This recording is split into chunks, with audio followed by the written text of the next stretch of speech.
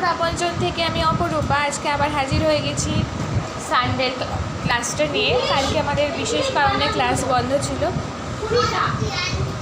তো আজকে আমাদের শ্রেয়সী এসছে, দীপশিখা, মধুমিতা, অভি, আদি, সমাপিকা, পায়েল, সৌমিলি। সৌমিলির শরীরটা খুব খারাপ, ওর জন্য ওকে চুপচাপ বসিয়ে রেখেছি আজকে। আর দীপশিখা শ্রেয়সীকে বাংলা করালাম, এখন অঙ্ক করতে দিয়েছি, আর ওদেরও সমস্ত লেখা চলছে।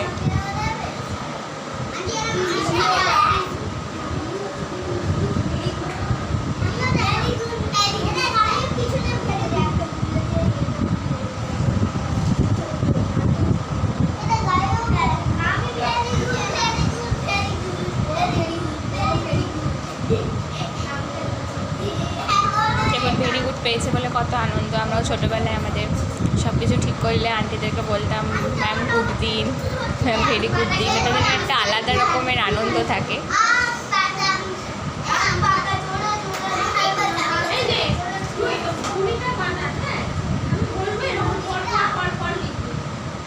স্মাইলি পেলে, খাতায় যখন স্মাইলি পেতাম ছোটোবেলায় বা ভেরি গুড পেতাম, গুড পেতাম, তখন একটা আলাদা রকমের আনন্দ কাজ করতো।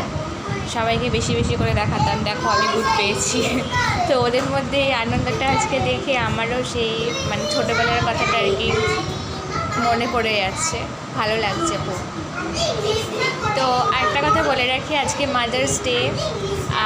আলাদা করে বলার কিছু নেই, কারণ মারা সব সময় সব সন্তানের কাছে সব থেকে বড় হয়ে থাকেন। তবে তাও বলবো মাদার্স ডেতে আমাদের সোনারপুর আপনজনের তরফ থেকে পৃথিবীর সকল মায়েদের জন্য রইল অনেক ভালোবাসা।